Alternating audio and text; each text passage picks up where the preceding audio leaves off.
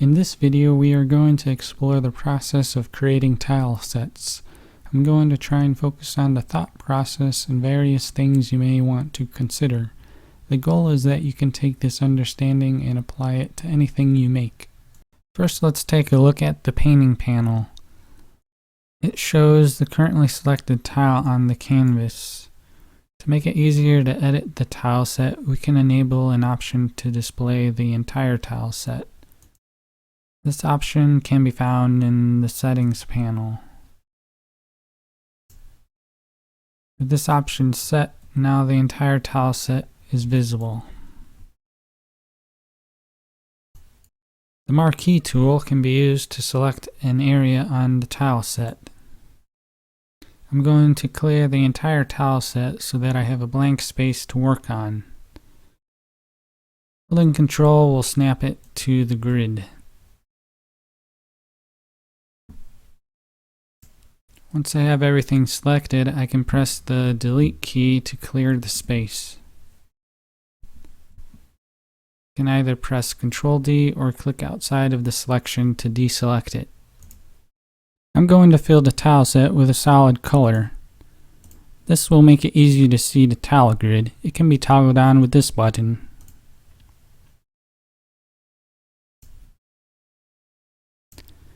This is how a single tile looks on the tile set. If you want to change the tile size, you can do that in the tile set panel.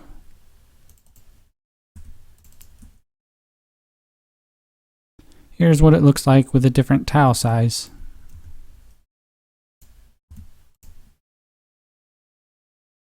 Larger tiles will have more pixels, allowing more detail to be expressed per tile.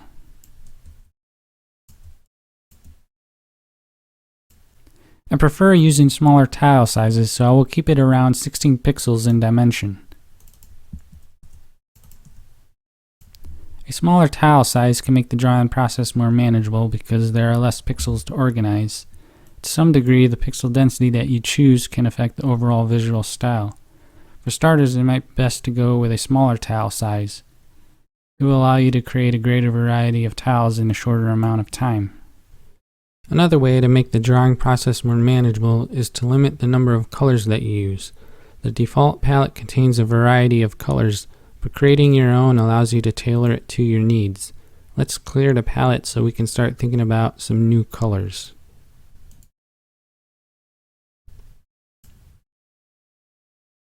When you're ready to add a new color, we can simply right-click in the palette and choose Add Color. If we are limiting the number of colors we use, it makes sense for each color to be more distinguished. If they are too similar, then there would be multiple colors that could be used for the same application, and this could make the process more complicated than it needs to be. We can differentiate the colors by changing the hue, the saturation, and the luminance.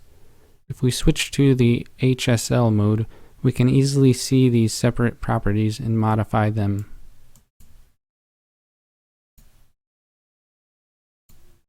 If we are using RGB mode instead, then these properties are controlled slightly differently. The hue is determined additively based on the balance between red, green, and blue. The saturation is determined by how similar these values are. The closer they are together, the more desaturated the color becomes, whereas the more separated they are, the more saturated it becomes. The luminance increases or decreases when any of these values are increased or decreased. Color can be used to influence how we interpret spaces and the details within it. Take a look at these tiles I have colored. As they are, they might not be very suggestive of anything specific. If we begin to arrange them in space, the viewer can make inferences from this composition and get a sense of what it illustrates. The blue colors begin to look like they suggest a sky and water. The green colors become suggestive of grass and foliage, and the browns become suggestive of dirt and the wood of a tree. We can make inferences due to the way the colors are arranged. If they weren't arranged this way and instead were more random like this, it would be difficult to make any sense out of it. Here the arrangement of color bears no semblance to anything we know. The space within each of these colored tiles can be composed as well via the pixels. This allows a greater concentration of spatial relativity to be developed. As you add more details, more context forms, providing a clearer picture of what is illustrated. The additional details basically serve to provide more visual cues, and these help direct us towards interpreting it specific ways. Here we can see the pixels arranged in the tiles, creating specific shapes that express more characteristics such as individual leaves, the bark of a tree, blades of grass, grains of sand, and ripples in water. All of these details together serve to provide a greater understanding of the total space. Let's work a bit more with these tiles, but first I will reorganize the tile set. I'll also add each color to the palette since I haven't done that yet.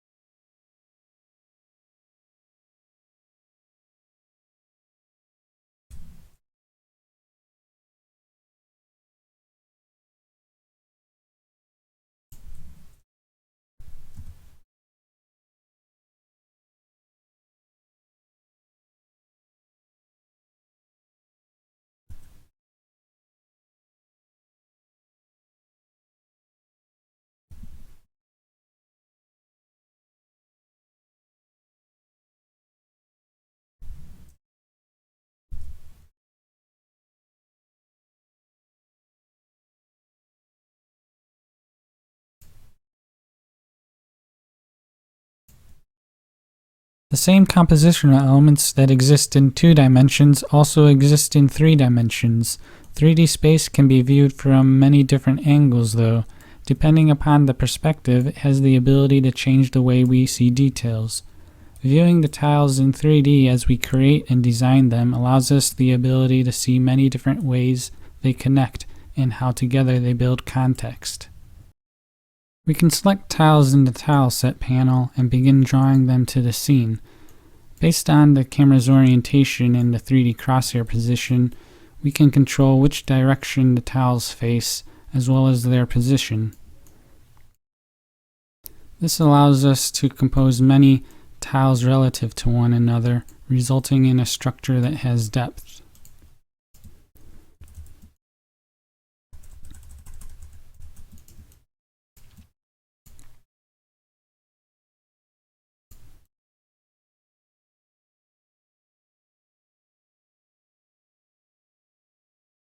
The shape of each tile can also be fine-tuned while in edit mode, allowing less square forms to be made.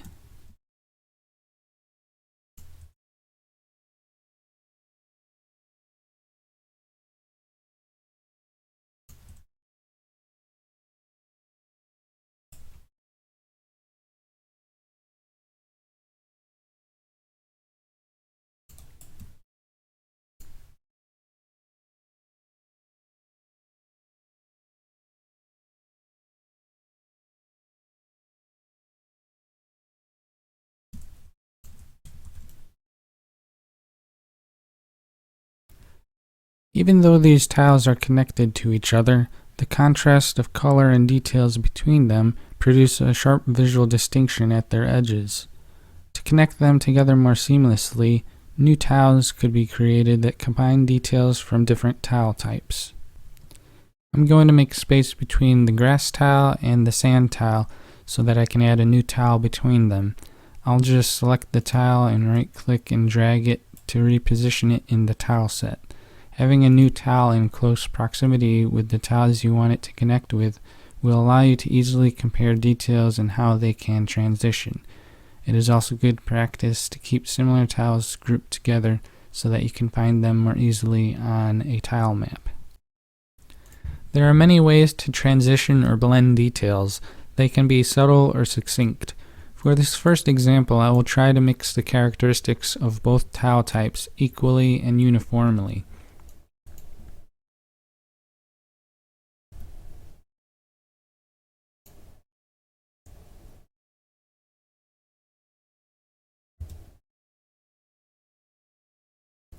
This process requires some approximation. Applying the details a bit randomly will emphasize the organic nature of the grass and sand. If you are unsure of how to draw things, that's understandable. The creative process always begins rough and vague when dealing with a blank canvas. Over time, as you add more details and rework the space, it will gradually become more complete.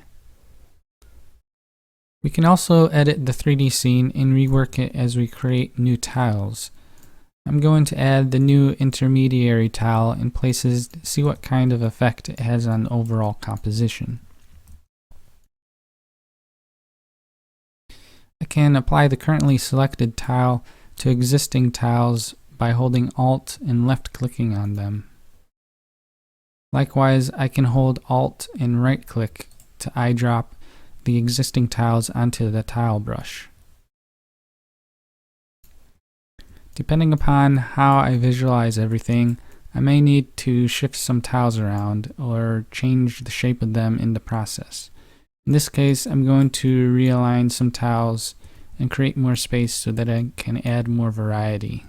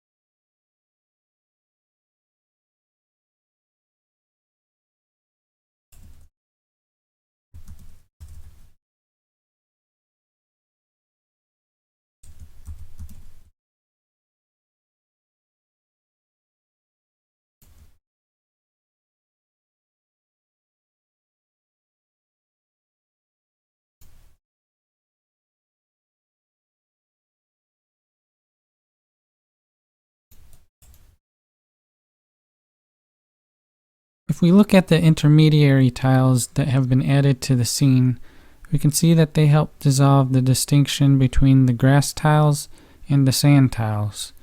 The edges between them became less noticeable. I'm going to create another intermediary tile with details that won't be as disorderly and random. Instead, they will be more controlled and defined.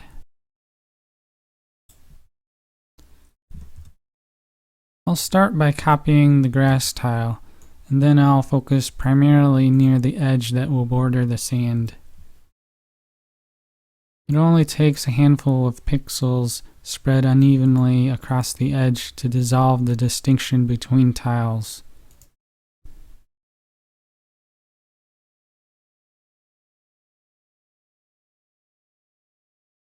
Now I want to create the impression that there is some volume to the grass. So I'll add some darker pixels to represent shadowed areas near the roots of the grass where it meets the sand.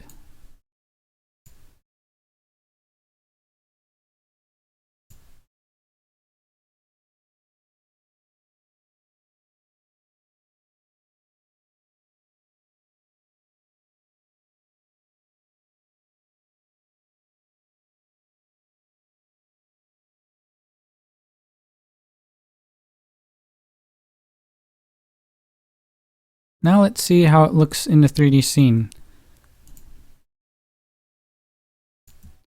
I'll replace some of the other tiles with the new one.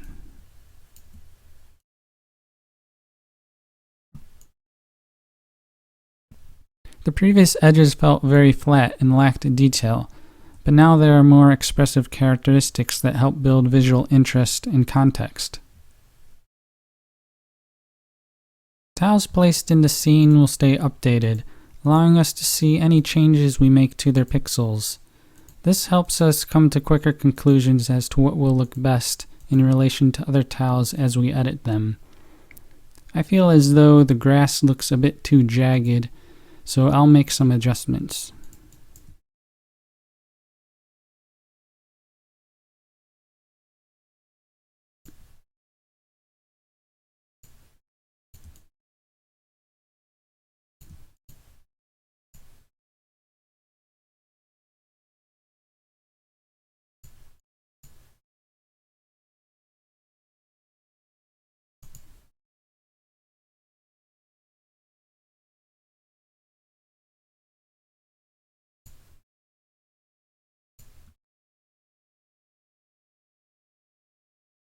Currently the tiles lack shading and look pretty flat. Colors also look kind of dull. I used a limited number of colors while designing these tiles, but now I will add some new colors to help define the details further and build more visual interest. There are currently only 2 green colors. They don't appear very dark, nor do they appear very light. I'd consider these color values as being mid-range. We should try adding a darker color as well as a lighter color to help stretch the range of values we have.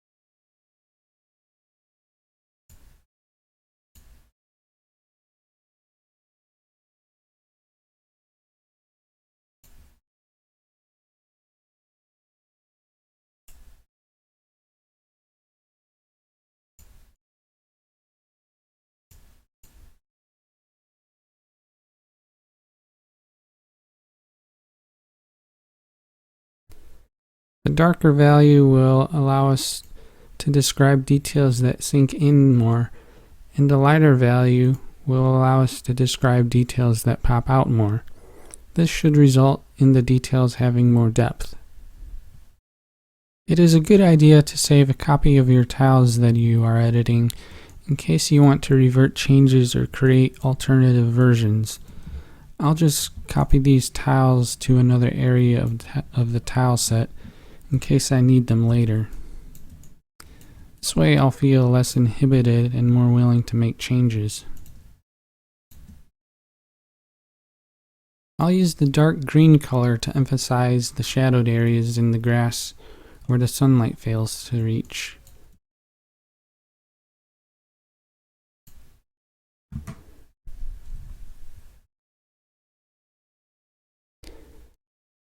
I don't want to darken too much, I just want to add a bit of definition around the edges to help shape it a bit.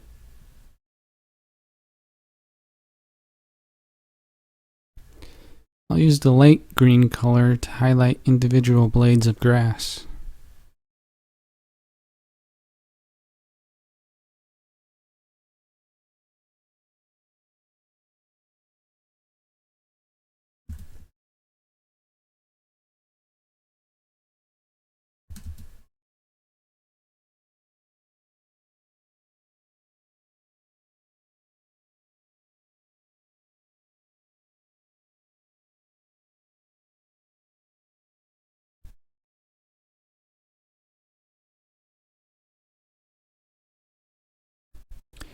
Due to the low resolution, each pixel influences how we interpret the details.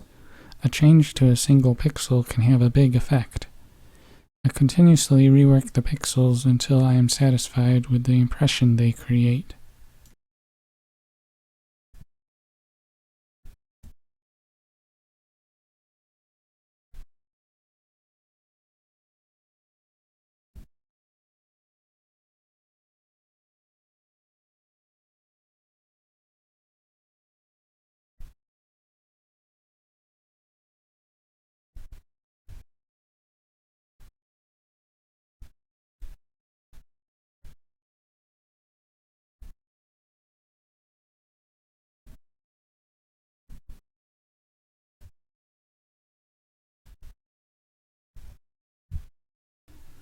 At the moment, the highlights make the grass appear a bit noisy, and I'm not sure if I like that. There are a few options we can take to change it. For example, we can reduce the detail or soften it by adjusting the color so that it doesn't stand out.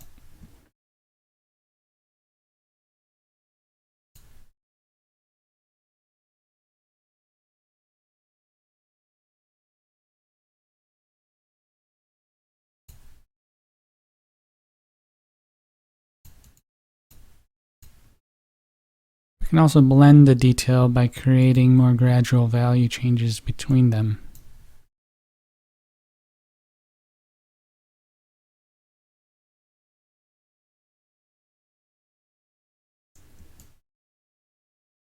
Adding other tiles can also help.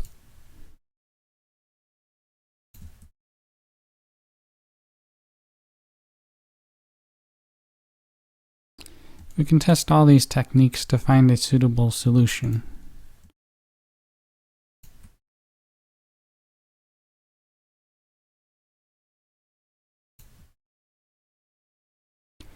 You can see here how I spread out the intermediary values into larger areas of color. This helps to reduce the sharpness of the highlights by redirecting your attention away from them.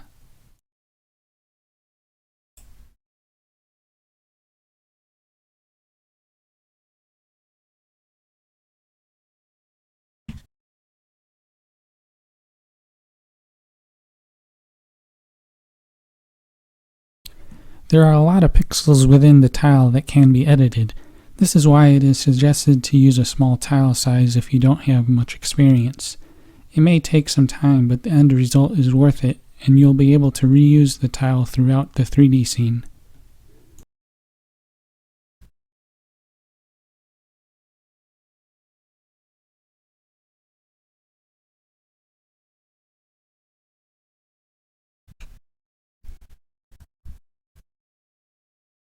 I want to give the illusion that the tree is shadowing the grass, so I create a new tile and fill the majority of it with the darker green colors.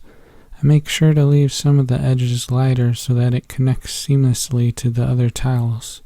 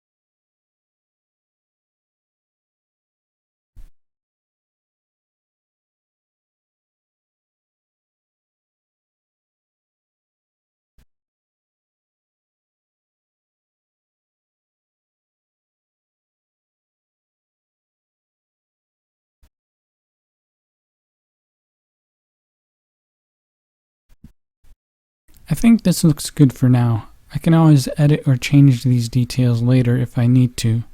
Now I'll add some colors to the sand. Since the two browns are very different from each other, it would be good to add a color that fits somewhere in between these two values.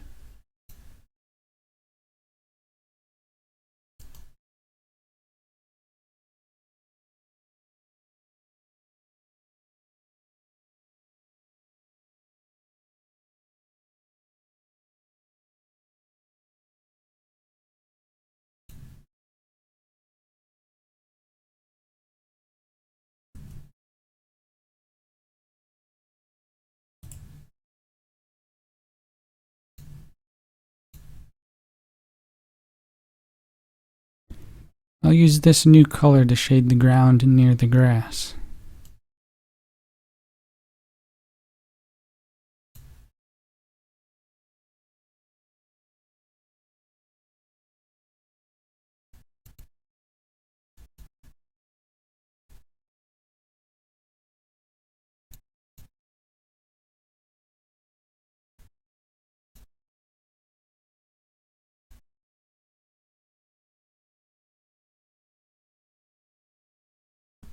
Now the ground appears to be slightly cast in shadow by the grass. This helps add another layer of context and builds a sense of cohesiveness around the two materials. We can also add more detail to the sand and add new tiles so that everything in the scene flows and connects seamlessly.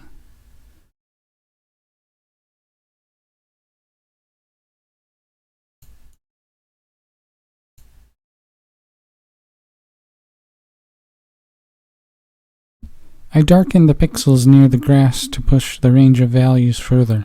This frees the intermediary value, allowing it to be used across more of the sand.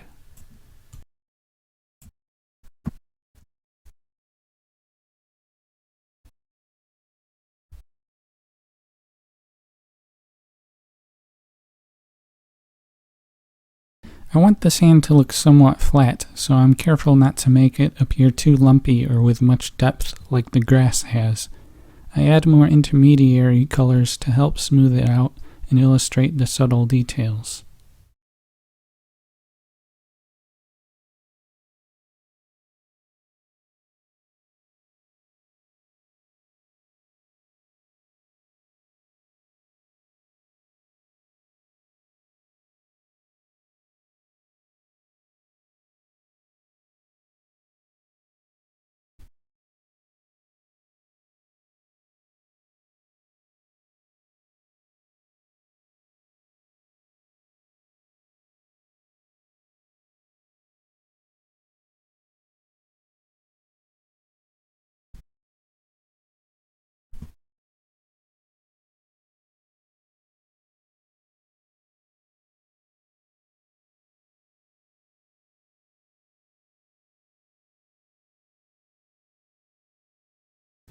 Using darker browns near the grass suggests that the material of the sand has changed.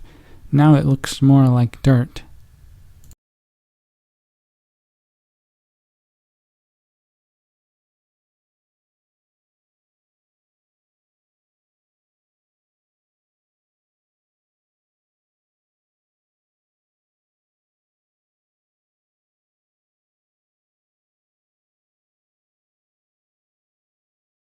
I think the ground is looking pretty good.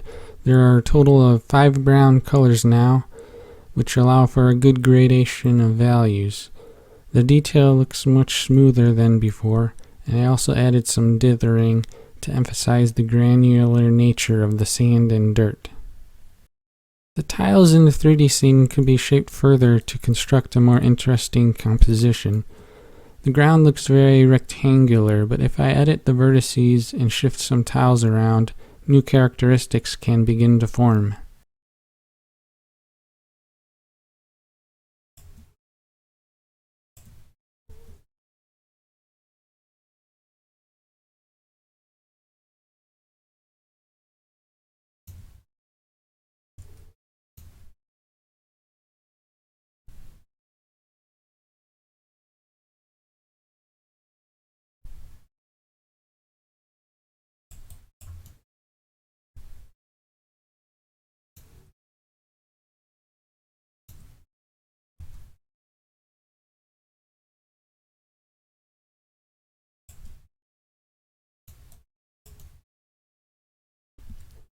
I'm visualizing some exposed rock here, and over here there will be more sand. The tree top will also be raised slightly to allow more space for the trunk to be shaped. I think there will be some branches that fan outward where it meets the foliage. The next step now is to add some new tiles to the tile set. I'll begin with the sand since the details for that tile type has already been developed. I basically just have to use the same colors and patterns. Having used only a limited number of colors makes this process simple because I can easily see which colors correspond to which details.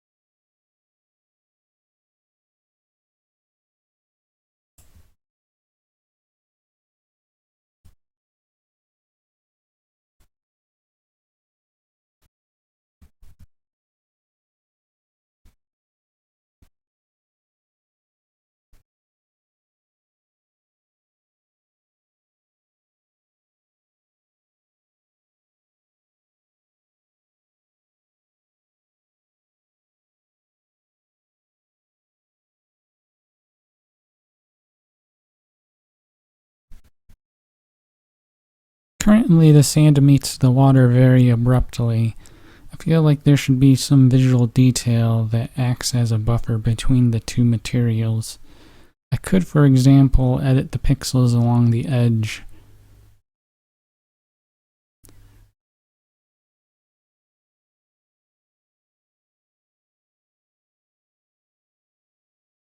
This approach is okay, but I think if I edit the 3D geometry instead, then it would be more interesting and allow you to see how to make smaller adjustments to the vertices and also the UVs. I'll select the vertices along the edge of the sand where it meets the water.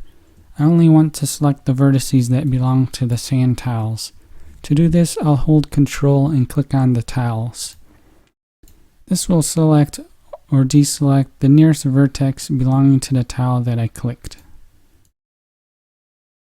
If I move the vertices, I can verify if they are correctly selected.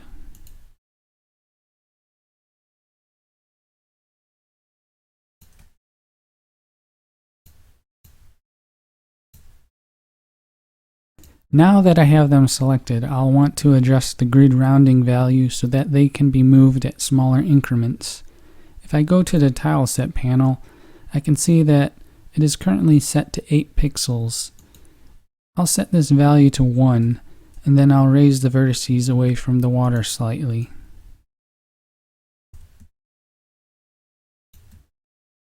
I'll also move them slightly inland towards the grass.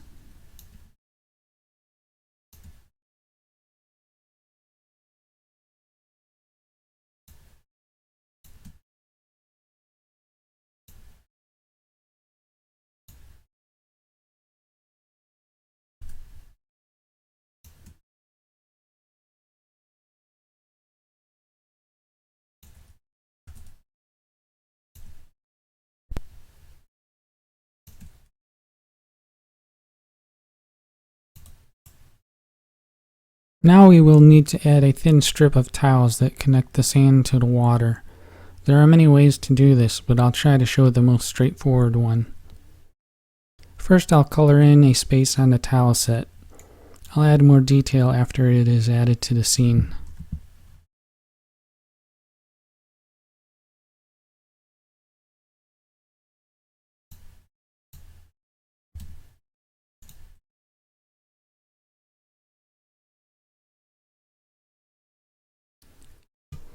If we try selecting it from the tileset panel, it will select a 16 by 16 pixel section. We can adjust the UV tile size values so that it selects the appropriate size. We can also move the selection with the arrow keys. Holding Ctrl will move it 1 pixel at a time. Now I can place the tiles into the scene so that they connect between the sand and water.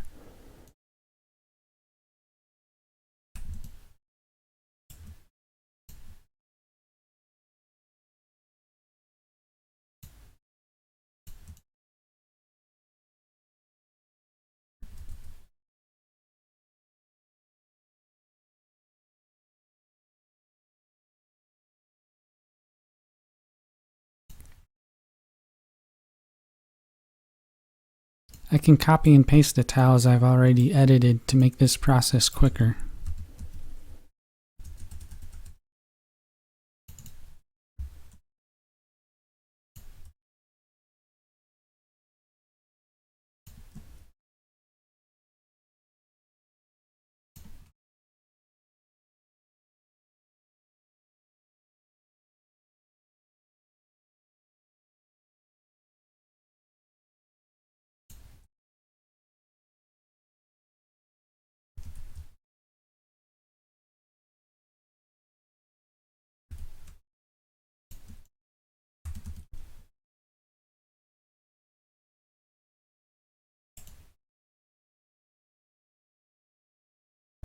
I can now see how the tile looks in relation to everything else in the scene, so this will help me finish the details.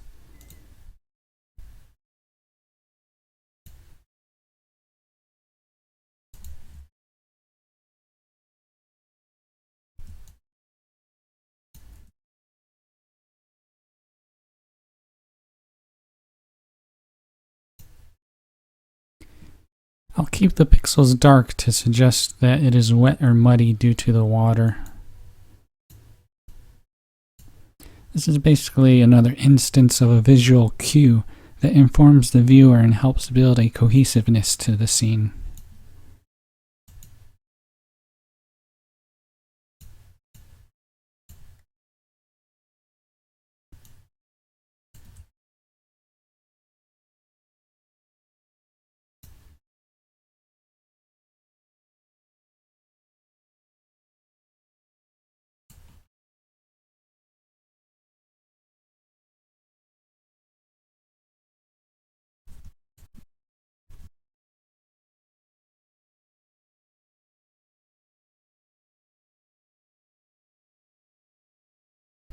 You can see that there is still a space over here.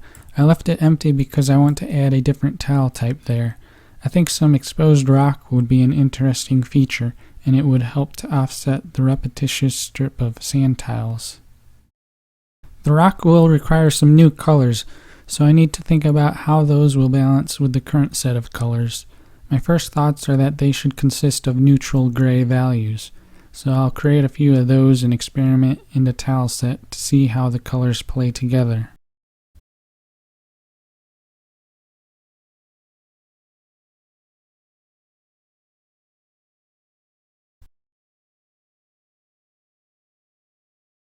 I take some time to pick the colors. I try to evenly distribute the values so that there is a consistent change throughout the gradation of color. A slight shift in the value can make all the difference.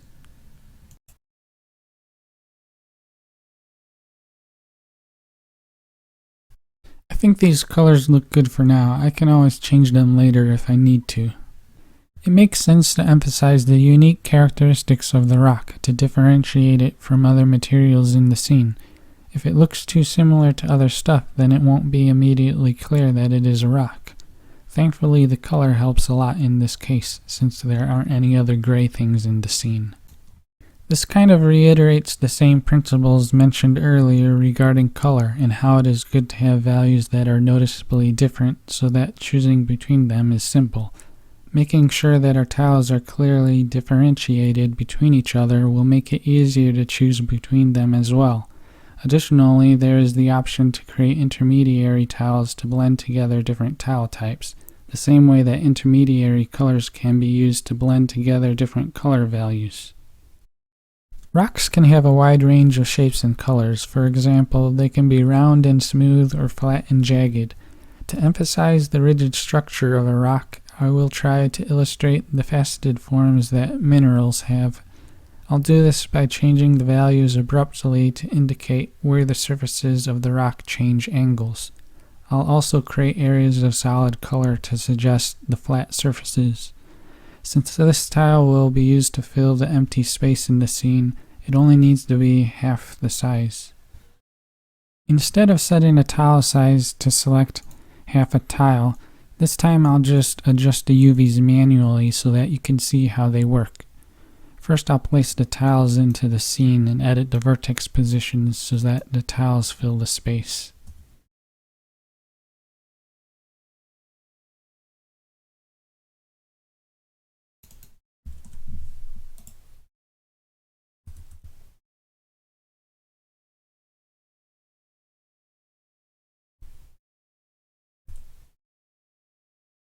I can click and drag a vertex, and while dragging it, if I hold Shift and hover over another vertex, it will snap to it. This is a quick way to connect tiles together.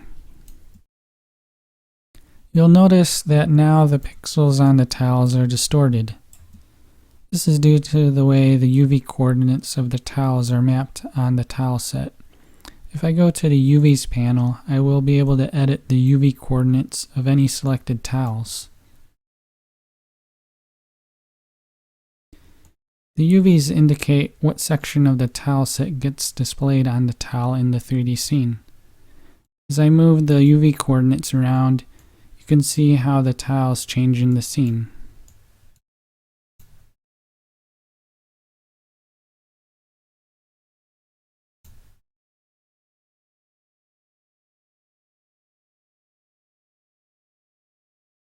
In this way, I fix the distortion and fit the pixels appropriately to the tiles. The rock and sand tiles have no transition between each other, so this draws too much attention to the edge of the tiles where the division occurs. There are many ways to dissolve this edge, but in this case I think I'll just create another rock tile to replace the sand tiles on top. This way the rock will wrap around the corner seamlessly and occupy more space.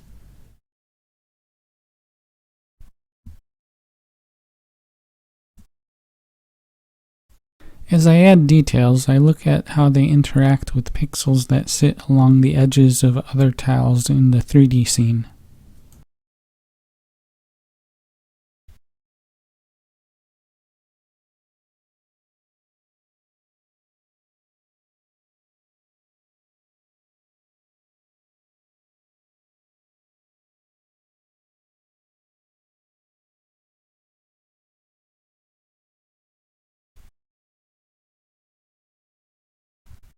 I like how this looks, but I'll also add an intermediary tile that mixes the characteristics of the sand and rock together.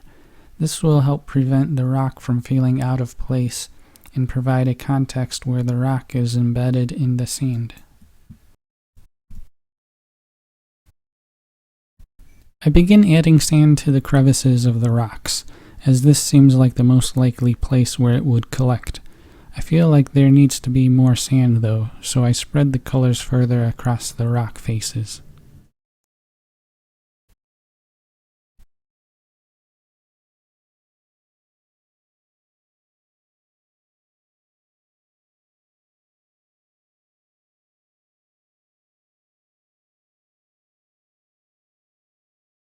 The rock is still exposed across the entire tile, and I feel like it should be covered completely near the corner. This will emphasize the transition between sand and rock and also illustrate how the rock is embedded in the ground.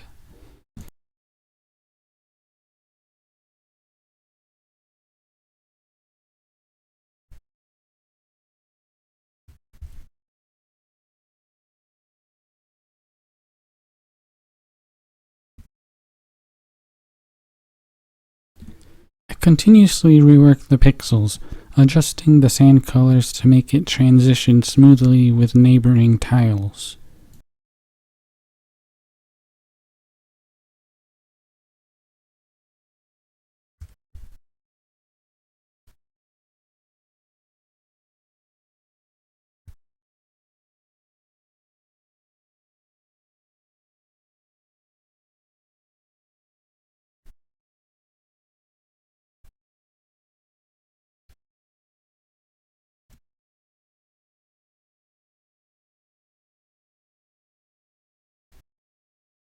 I think this section looks pretty good now.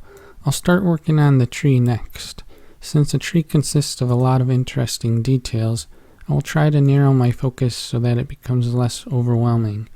I'll start near the base of the tree and try to develop the shape and details of the trunk in relationship to the ground.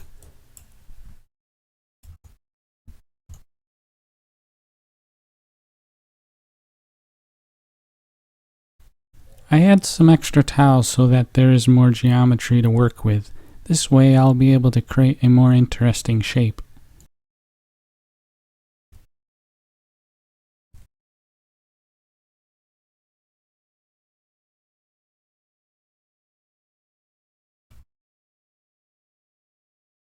Rotating the camera allows me to see how the shape looks from different angles and helps me develop the composition.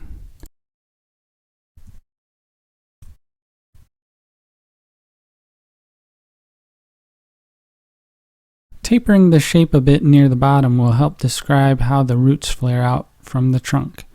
This defines a clear space where I can establish the details and their composition. You can see now that the pixels are a bit distorted due to editing the shape of the tiles.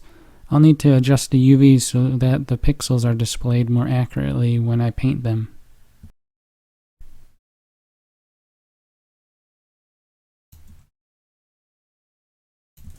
First, I'll relocate this tile to a better spot on the tile set. This way I'll have more space to work with.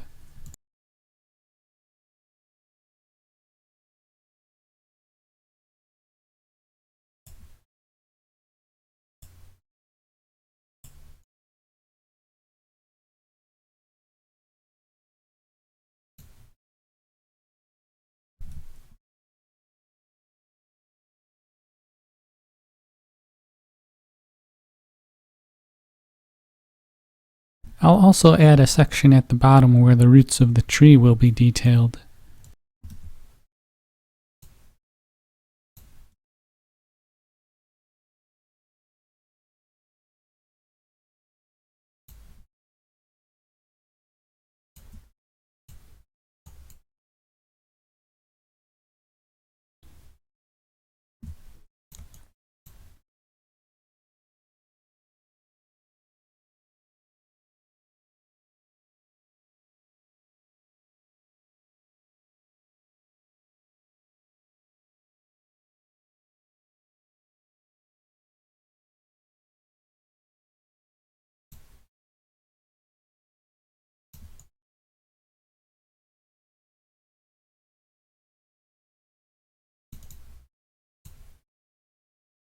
You can see how the UV coordinates don't have to align exactly with the tiles. They can be any shape, allowing you to control exactly what gets displayed on the tiles in the scene.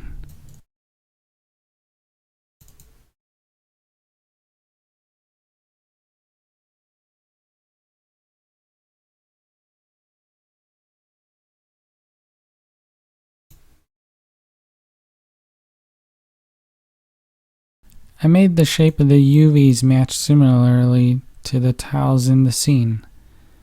This helps keep the pixels relatively square. The pixels also maintain a similar scale as those found in the surrounding tiles. This kind of continuity makes the scene appear more polished.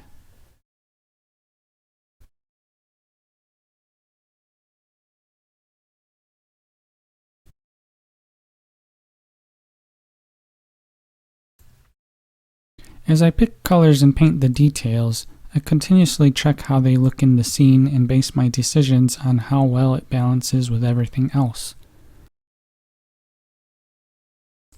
I purposely changed the color slightly to differentiate it from the sand. I use intermediary values to help spread out the details across more space and to describe the texture of the tree. The lighter colors appear to pop out while the darker colors appear to sink in. This is a simple way to influence how you perceive the surface.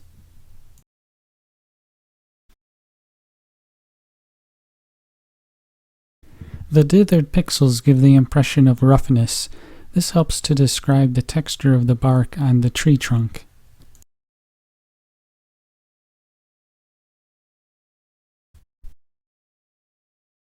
I'll want to somehow darken the trunk towards the back side and also near the top. This will give the illusion that it is shaded from the foliage.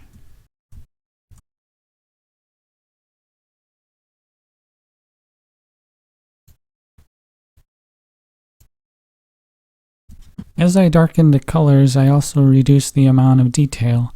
Generally, when there is a lack of light, it also becomes more difficult to see details. When less light enters our eyes, we receive less information about what we see.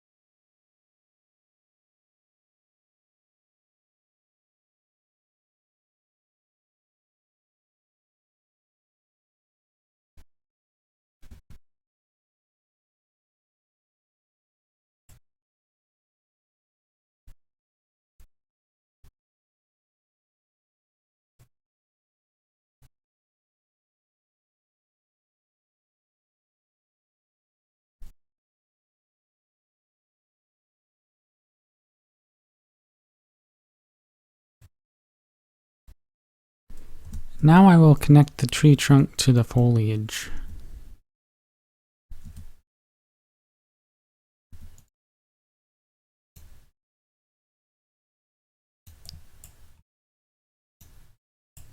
I can move the 3D crosshair to the nearest vertex by holding Alt down and pressing the C key. This helps align the tile brush when placing tiles into the scene.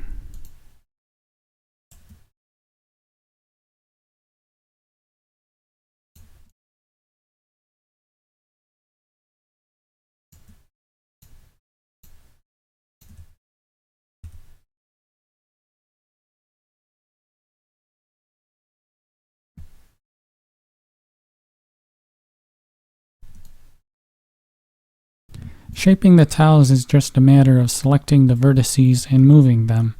It's a fairly straightforward process, similar to the way you shape the pixels of the texture. Just like the pixels are organized on a grid, the vertices here are also organized on a grid.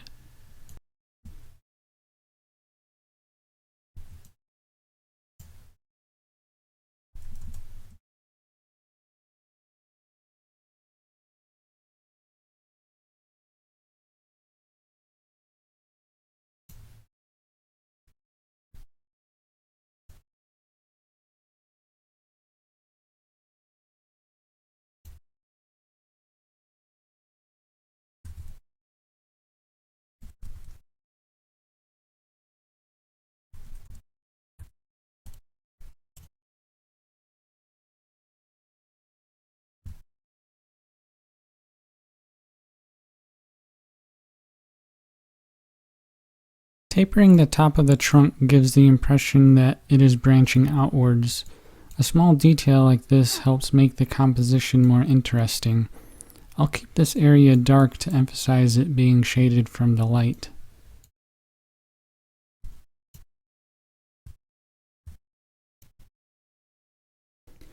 As I work on the details of the foliage, it makes sense to make the lower tiles more shaded since they are angled inwards, and thus you wouldn't expect them to receive as much light as the tiles above them.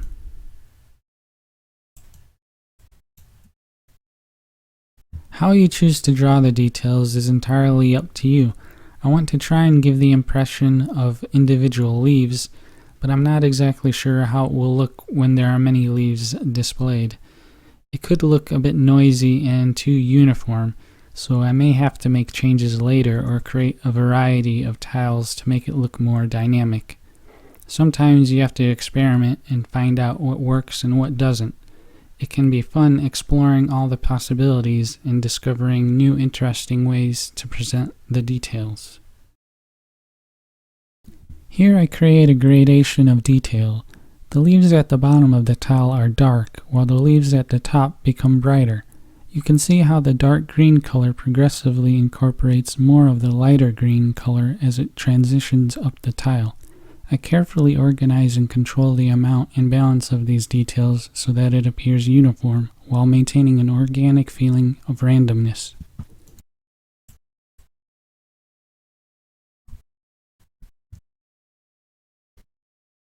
I use a lighter shade of green to give the impression that the leaves are a bit shiny or reflective. I also use this color where I perceive the tip or edge of the leaves to be. To make it pop out more, I contrast it by using a darker color underneath the leaves.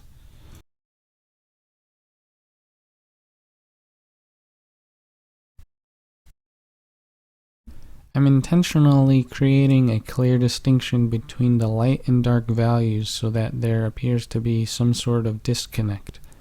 The mind becomes aware of this discrepancy and tries to make sense of it relative to the surrounding context. Everything directs the mind towards believing that it sees leaves of a tree.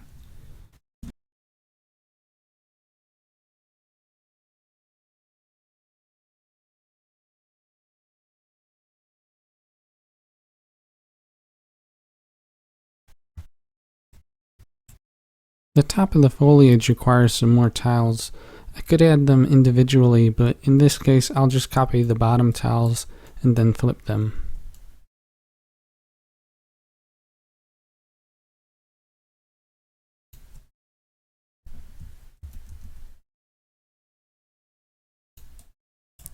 The UVs also need to be flipped and adjusted so that they display a different section of the tile set.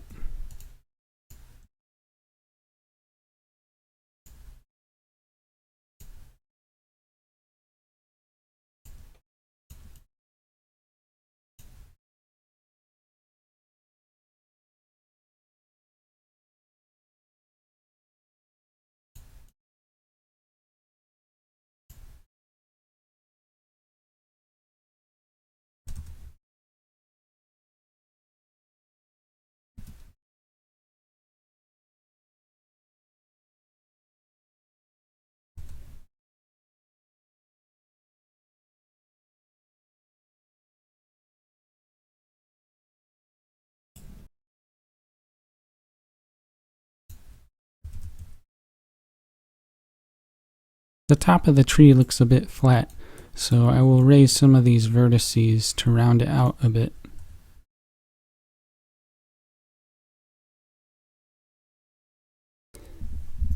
If I turn on the wireframe mode, it will help us see the geometry of the tiles and the way everything is shaped.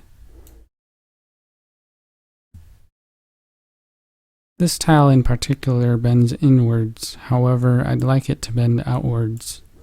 I can press Shift F to flip the way the tile is triangulated.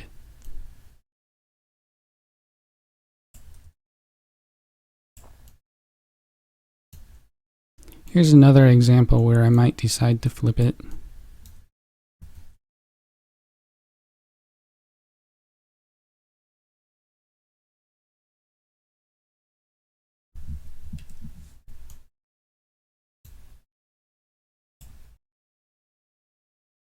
I continue drawing the leaves onto the tiles. It's basically the same process as before, except I fill a higher percentage of space with lighter colors so that the tile looks brighter overall compared to the tiles beneath it. In a way, I am imitating the same principle involved when picking intermediary colors in a color palette. When you pick colors, you adjust the percentages of red, green, and blue light, and the combination of them all together will determine the overall color that is perceived. You can see here how each tile is basically just an organized collection of space, and its general value arises from the combination of details within it.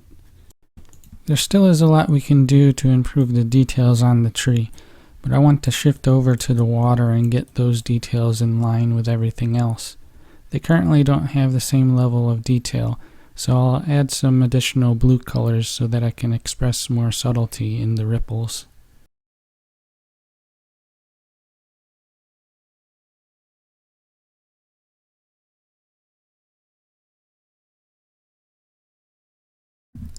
The light colors express the peaks of the ripples, whereas the dark colors express the valleys. This undulation of value helps describe the uneven surface of the water. It's a fairly simple technique, and most of the work involves finding the right balance between them.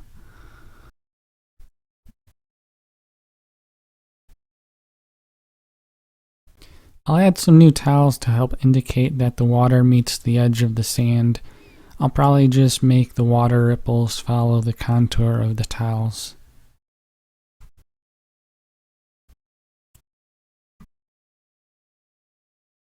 I was going to add light colors along the edge, however this made it stand out as if it was beveled, so I try using darker colors instead.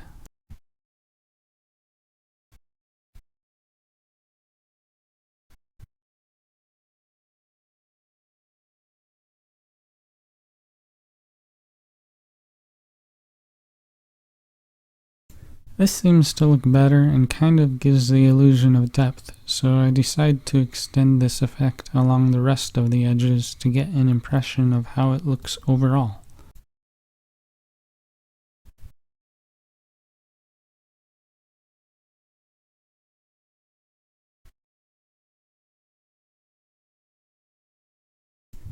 At this point, I feel like this causes too much contrast between the sand and the water, and kind of makes the sand appear like it is floating due to how the dark area of the water recedes.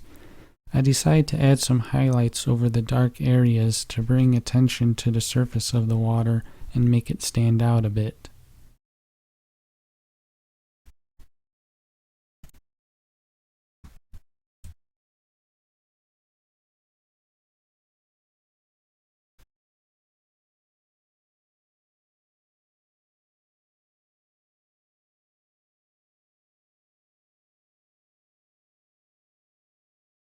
I'm also aware that I'm beginning to overwork the details here, but I continue regardless in an effort to figure out a way to make it look better.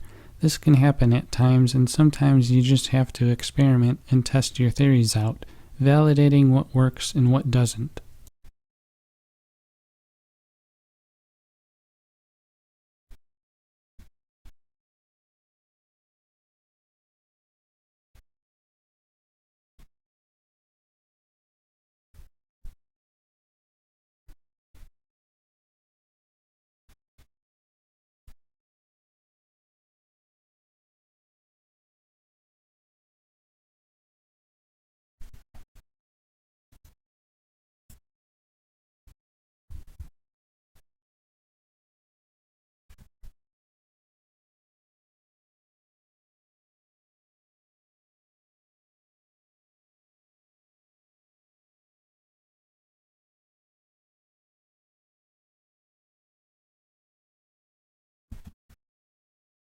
Okay, so I've added more detail to the water.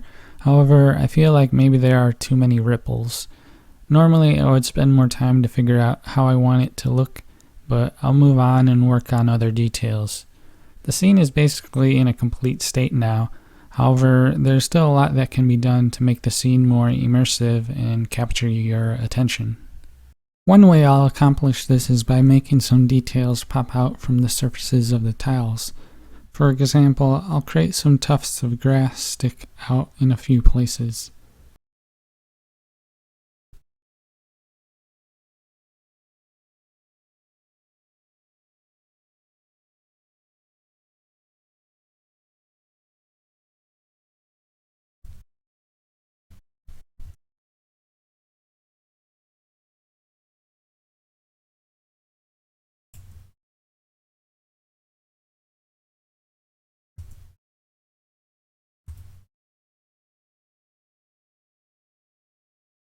Making these tiles stand up on top of the other tiles takes advantage of the 3D nature of the scene and how you can position everything.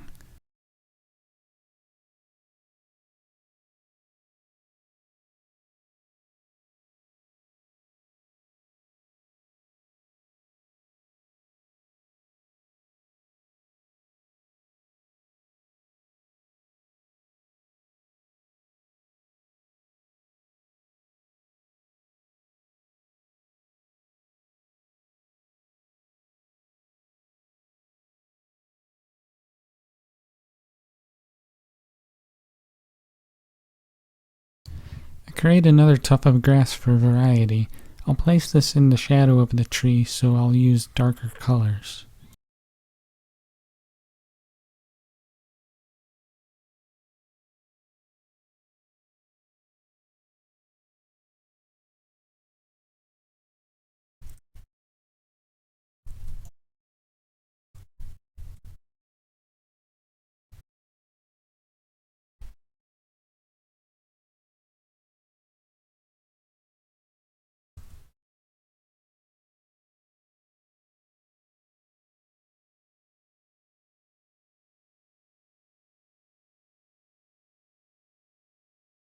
I also can add details of branches or twigs sticking out from the tree.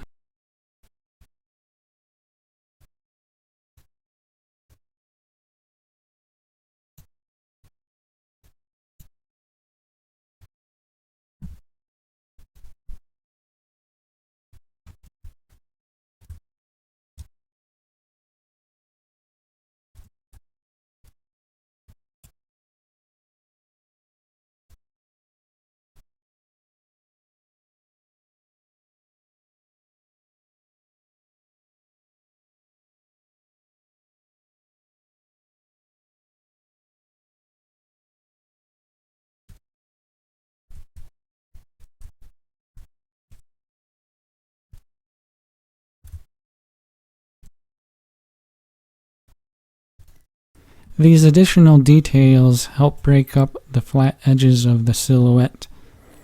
Each detail alone isn't all that complicated, but their combination together creates a cumulative effect that becomes more gripping. I'll continue this process, adding a rock to the scene, which will provide another detail to focus on.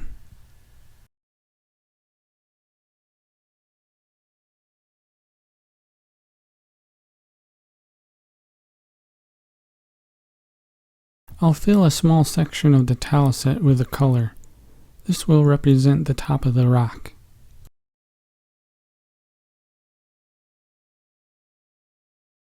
I can set the UV tile size to 1 by 1 pixel, and then I will click and drag on the tile set to select this area as my tile brush. This way I can place a tile with the exact dimensions into the scene.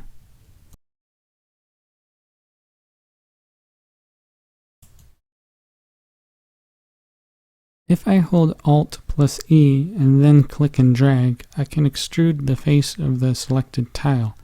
This allows me to easily create some sides to the rock.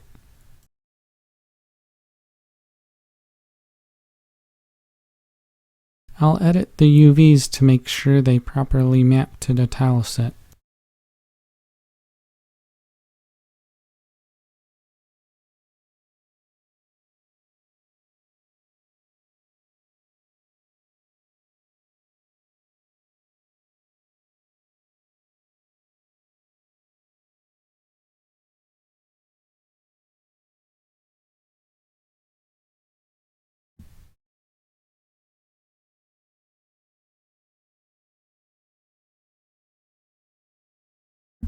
Now it's just a matter of coloring the pixels that fall within the UV coordinates.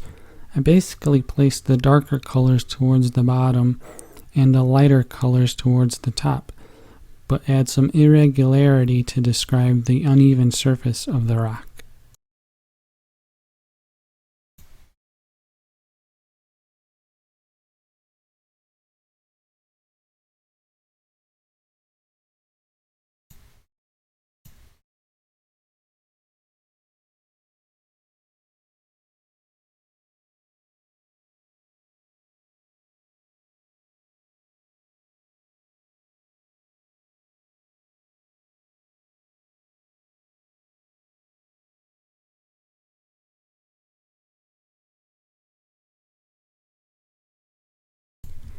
Next, I edit the positions of the vertices to make the geometry of the rock more tapered and less box-shaped.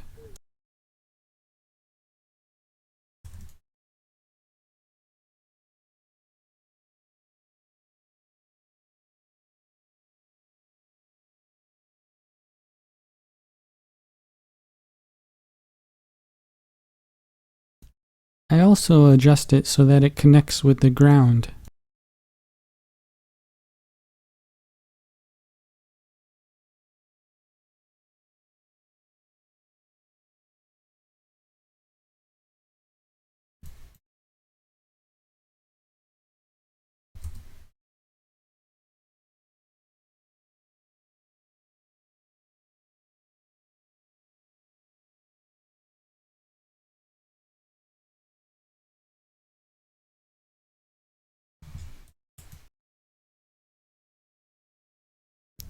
I decide to extend the UVs slightly to fit more pixels onto the surface of the rock.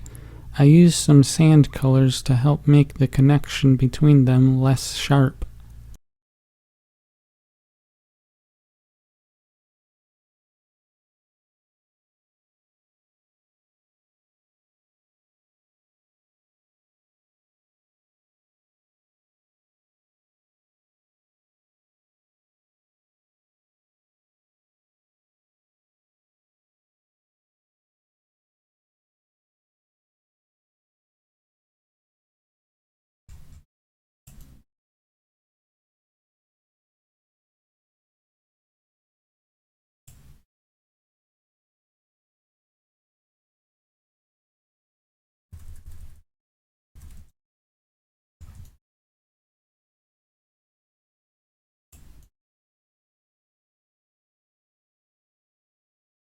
If we look at the foliage of the tree, the details seem a bit repetitive, so I can also add more variation here, giving the impression that the depth changes and captures the light to varying degrees.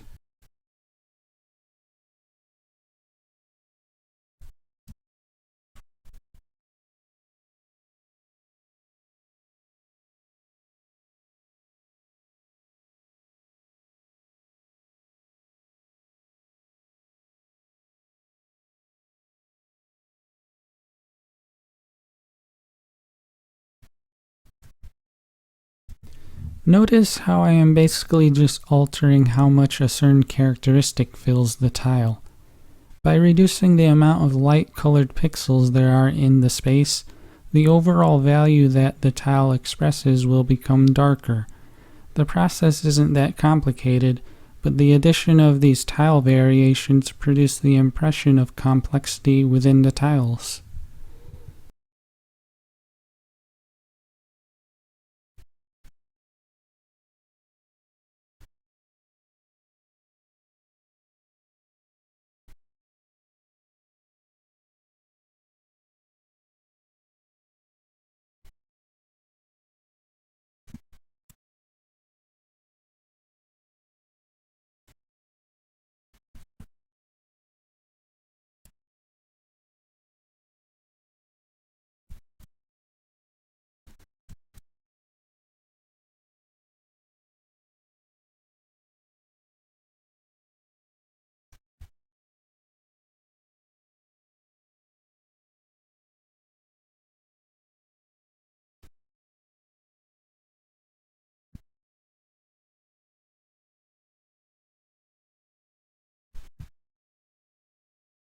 Now the details here look less repetitive.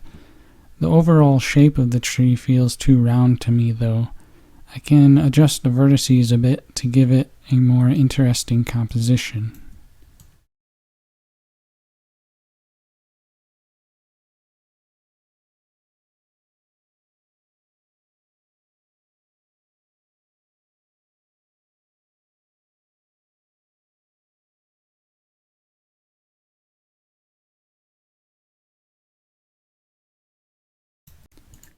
This spot right here bothers me a bit. I think it looks too dark, so I'll try using this other tile for now. I think that looks a bit better. I want to try improving the water. It looks too blue and the details look a bit busy. I have an idea on how to make it better, but I'll need to basically redo a lot of it. I think I'll make it so that you can see through the water to the surface beneath.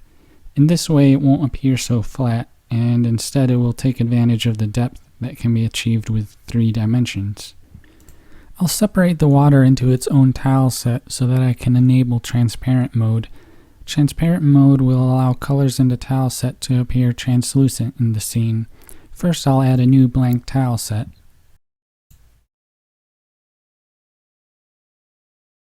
Now I'll transfer the water tiles to the new tile set.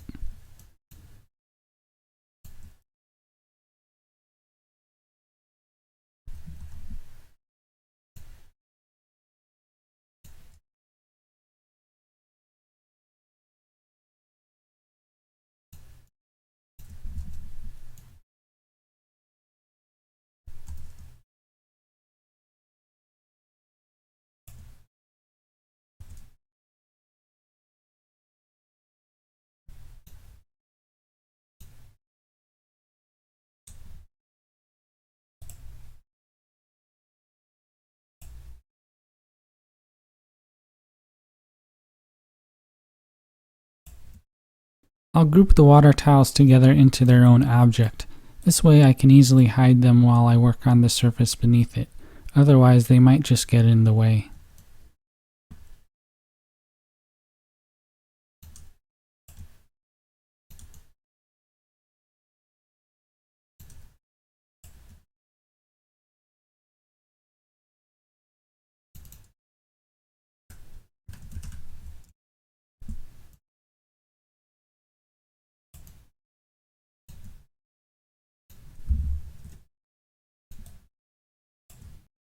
I'm not sure what colors I'll use. I need to test them out and see how they balance with everything else as I create the new tiles.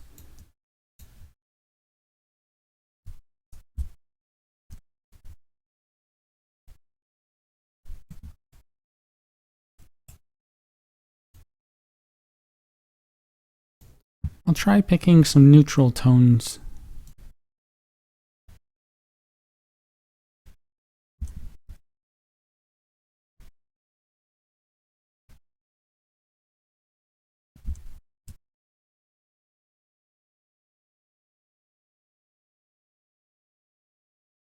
I feel that these colors make it look a bit murky. I also want to make sure that the color transitions well with the sand.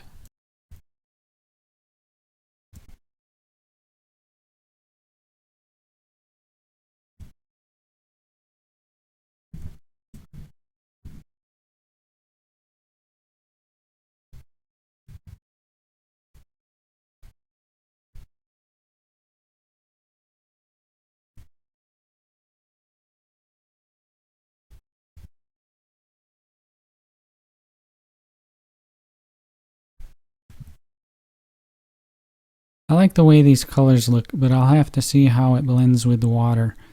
I'll display the water now and start making changes to it.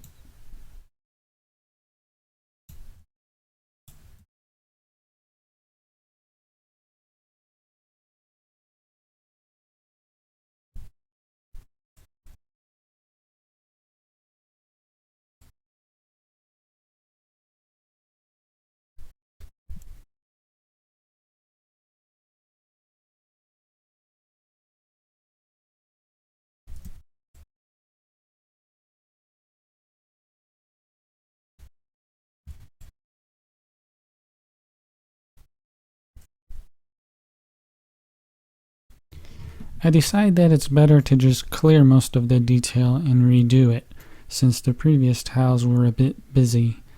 I'll go with a more simplistic design this time. The translucent colors will make things look more interesting anyway.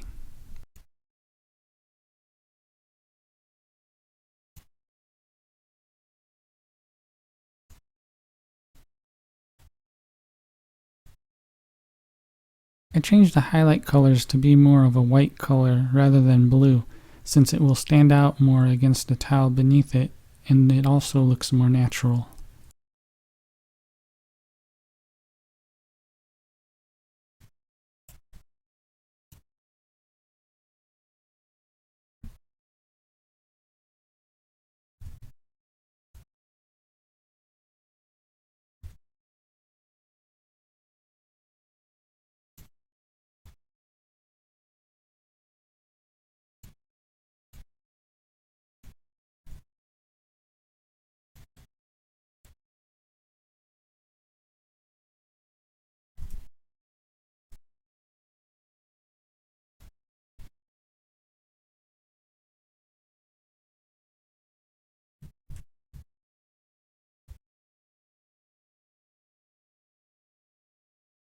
I quickly add some other tiles to round out the edges that meet the sand. It's a simple detail, but it helps build context between the water and the sand.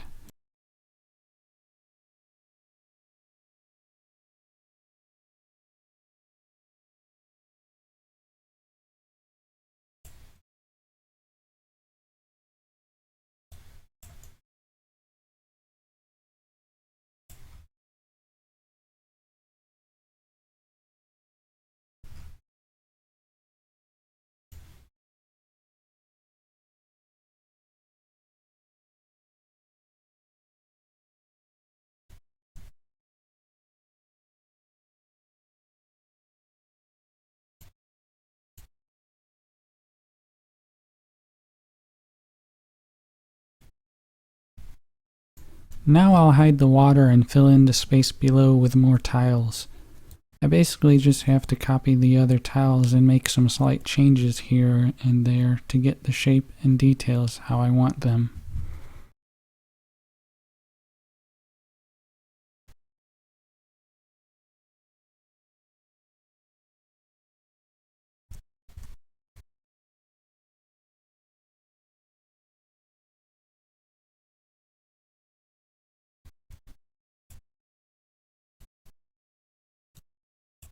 Okay, I think this looks better.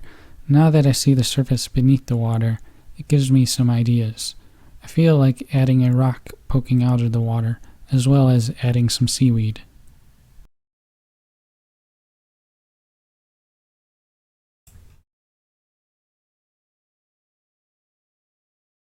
I'll start by copying the previous rock I made, then I'll resize it so that it is twice the size.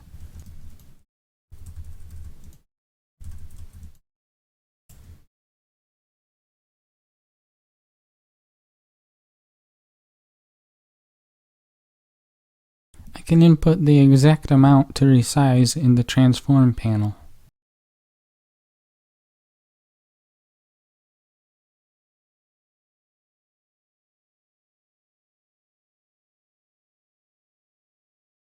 I'll need to copy the section on the tile set as well and resize it so that I can fit more pixels on the rock. I also need to resize the UV coordinates.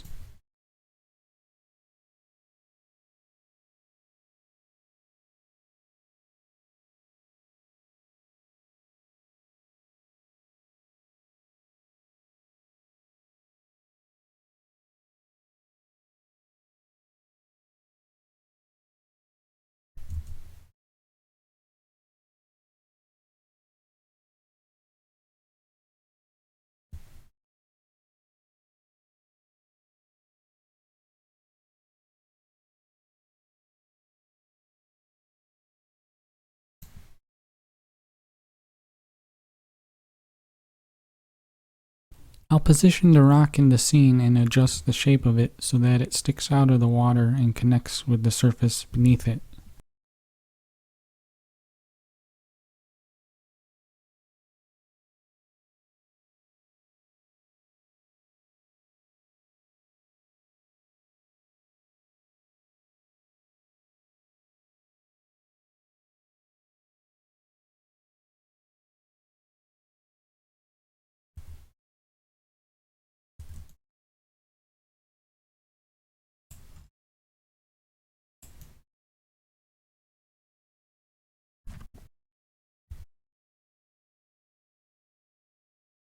Now that there's more space for details on the rock, I reworked the pixels a bit.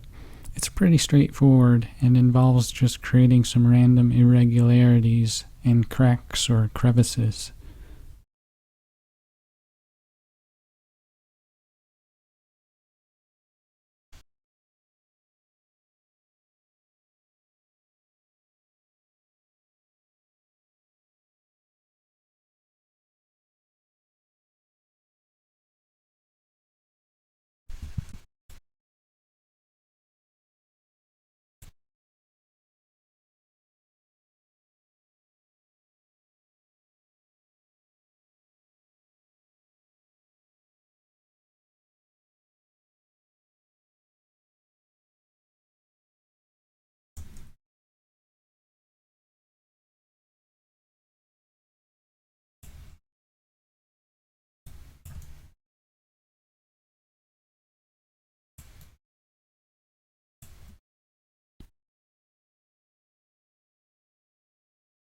Next is the seaweed. It's basically just some green shapes. I guess it's similar to the tufts of grass, except these are underwater. The context of the water is what helps you understand that it is seaweed. It's not necessarily the pixels themselves that make you think that. This is why you shouldn't necessarily get too hung up on the smaller details, because it's the interplay of them all that matters more.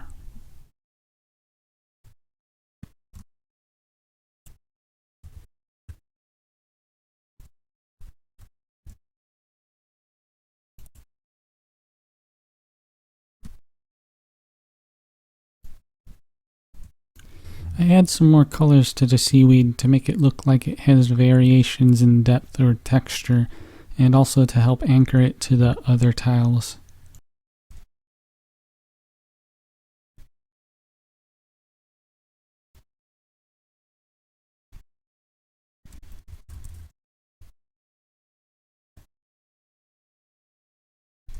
I'll also add a couple patches of flowers. I think the addition of these vibrant colors will be a nice detail that helps draw interest to the scene.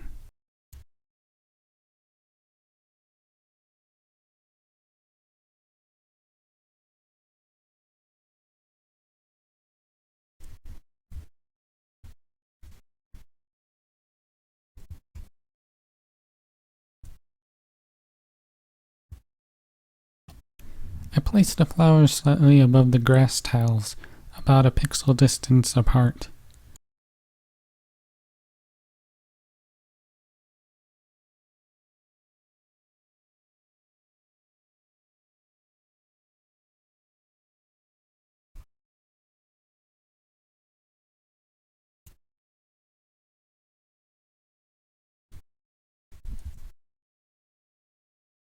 At this point, everything is looking great. However, I keep having a thought about there being some tall plants sticking out of the water and how interesting that would be. I know that in wet areas like on the banks of a river or creek, there can be really tall plants growing there.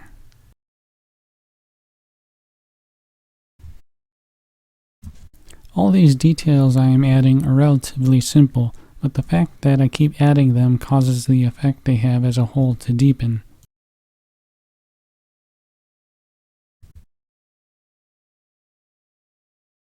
You can see how all these additional details add more substance to the scene and really make it come to life.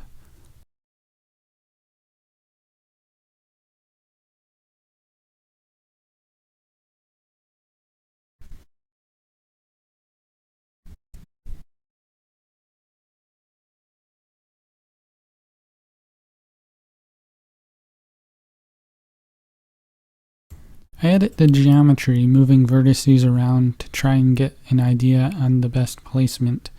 I also rework the pixels and colors to see what effect it has.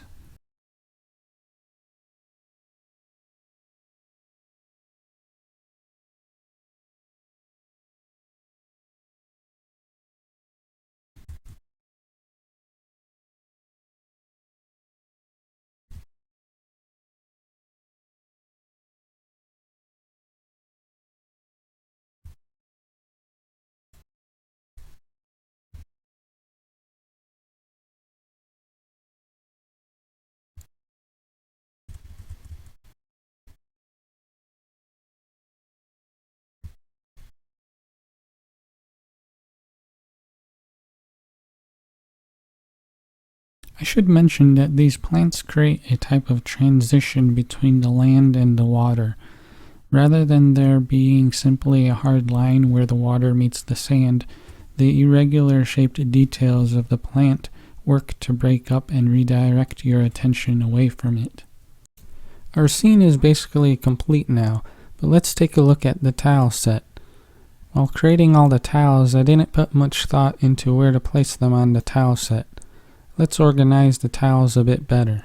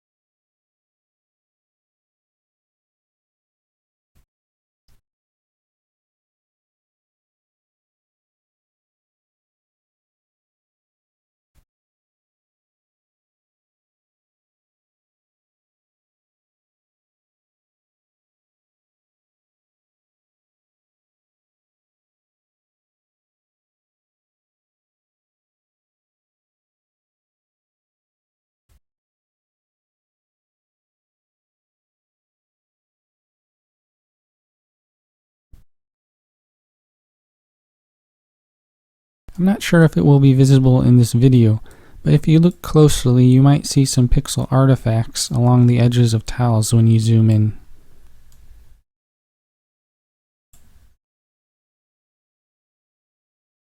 This occurs due to floating point errors in how the UV coordinates get interpolated along the edges. Some pixels might bleed across from the outside, becoming visible along the edge. To mitigate this issue, we can add some padding around the edges.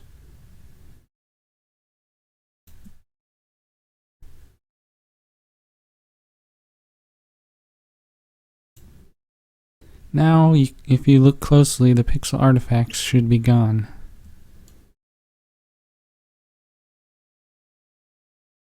In the UVs panel, there is an action available that will generate some padding around the UVs that we have selected.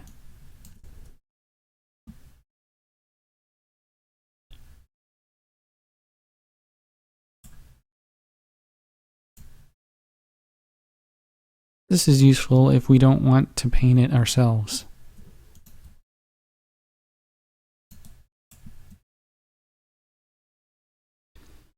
Okay, so this concludes the video.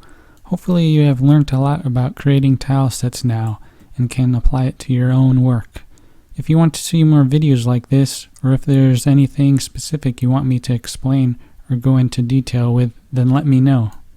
I may decide to extend this scene in a follow-up video to include more content like a bridge or a building. It depends if there is interest, so hit that like button, subscribe, and stay tuned. If you haven't tried Crocotile 3D yet, you can visit crocotile3d.com where you can find a link to download the program.